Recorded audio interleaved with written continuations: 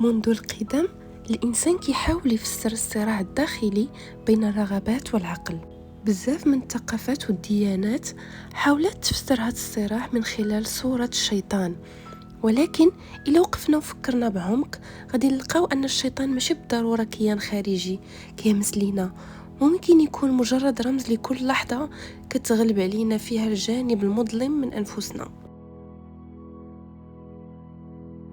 الشيطان ماشي ضروري نلقاوه في قصص واساطير، نقدروا نشوفوه يوميا. مثلا ملي كتكون عارف ان الغش في خدمتك ممكن يعطيك ربح سريع ولكن على حساب الامانه. يمكن نقولوا ان الشيطان هو وجه اخر لداخلنا، هو الجزء اللي كيبغي اللذة السريعه بلا ما يحسب الثمن، هو الدافع اللي كيشجعك تختار الطريق الاسهل حتى ولو كان غلط، هو الصوت اللي كيغطي على ضميرك في الأوقات اللي خصك تكون فيها أقوى.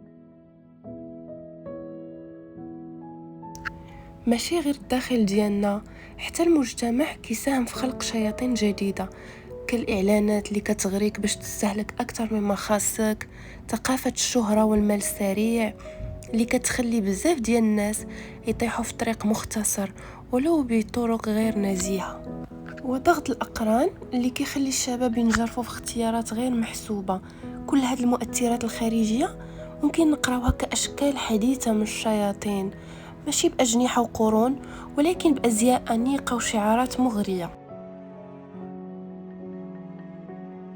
المثير هنا هو أن وجود هذه الغوايات ماشي ديما سلبي، بالعكس الصراع معاه هو اللي كيسقل شخصية الإنسان.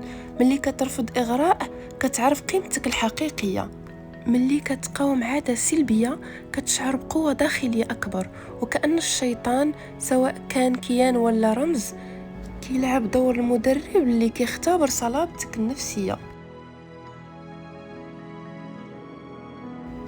في النهاية السؤال الكبير هو كيفاش نعيش هذا الصراع بلا ما نضيع راسي؟ الجواب كيبان في التوازن، نعرف أن الإغراءات جزء من حياتنا وماشي عيب نطيح أحيانا، ولكن العيب هو نستسلم ونخلي الشيطان الرمزي كيتحكم في الاختيارات ديالي. إذا الشيطان ممكن نفهموه كرمز للحياة المليئة بالغوايات، كصوت داخلي كيتحدى قيمنا كل يوم، ماشي ضروري نتصوروه ككيان خارجي، يكفي نشوفوه كمرآة لضعفنا والقوة اللي ممكن نلقاوها وسط هذا الضعف.